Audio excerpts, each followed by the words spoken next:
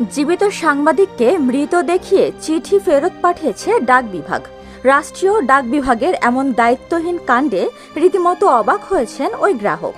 প্রেরকের কাছ থেকে রোববার সরাসরি চিঠিটি হাতে পাওয়ার পর সোমবার তার সামাজিক যোগাযোগ মাধ্যমে ঘটনাটি শেয়ার করলে হইচই পড়ে যায়, আর তাতেই টনক নড়ে ডাক বিভাগের। তিন মোতাবেক আমি অ্যাডভোকেট লুৎফর রহমান ফিরোজ ভাইয়ের কাছে স্টেটমেন্ট জমা দিয়ে থাকি প্রতি বছর। গতকাল 22 তারিখ হঠাৎ করে উনি আমাকে জানান যে আপনার একটা চিঠি ফেরত এসছে। আমরা প্রতি বছর রেজিস্ট্রি করে চিঠি পাঠাই আপনার নামে ইনকাম ট্যাক্সের স্টেটমেন্ট দেওয়ার জন্য। আপনাকে সেখানে তারা মৃত্যু ঘোষণা করেছে, পোস্ট অফিস থেকে বলেছে যে উনি মৃত্যুবরণ করায় চিঠি ফেরত পাঠানো হলো। আমি একটু আশ্চর্য হই এবং লুৎফর রহমান সাহেব আমাকে সেই চিঠিটা আবার আমার কাছে ফেরত পাঠিয়ে দেয়। সেই চিঠিটা মোতাবেক এই চিঠি আমার কাছে ফেরত দেয় এবং এভাবে পিছন দিকে লেখা আছে যে প্রাপ্য মৃত্যুবরণ করায় চিঠি ফেরত, লাল কালিতে লেখা আছে এবং সই করা আছে। আমি এটা চিঠি পাওয়ার পর একটু আশ্চর্য হয়ে যায় যে আসলে এটা কিভাবে একটা জীবিত মানুষকে তারা চাঁপাইনবাবগঞ্জ ডাক বিভাগ কিভাবে মৃত্যু ঘোষণা করলো। ওই প্রাপকের নাম গোলাম মোস্তফা মন্টু।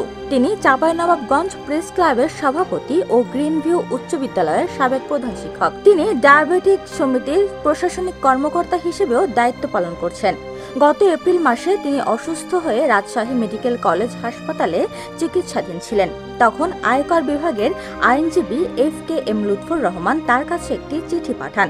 ঠিকানার সঙ্গে মোবাইল নম্বরও দেওয়া ছিল ওই চিঠির খামে, কিন্তু ডাক বিভাগের কেউই তার সঙ্গে যোগাযোগ না করে চিঠিটি ফেরত পাঠায়।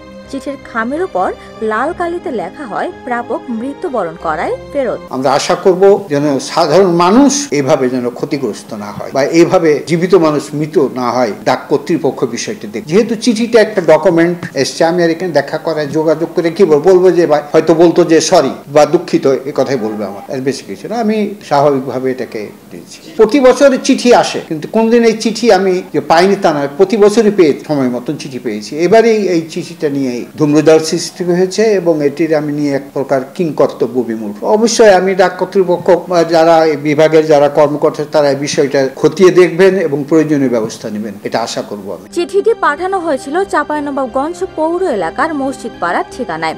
ওই রুটে ডাক বিভাগের চিঠি বিলি করেন আমিনুল ইসলাম।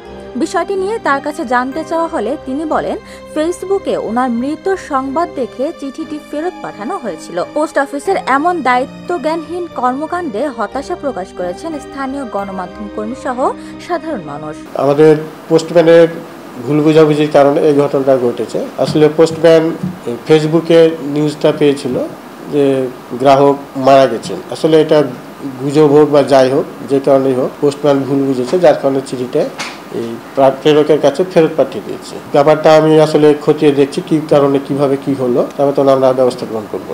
না এইভাবে কখনোই সে লিখতে পারে না। তাকে বাস্তবে আসলে ফিল্ডে যাওয়া লাগতো, বাসায় যাওয়া লাগতো, কিন্তু সে যেহেতু ওই লোককে চিনে এবং তার বাড়িও চিনে, তো কি কারণে যেটা হয়ে গেল সেটা আমি খতিয়ে দেখবো।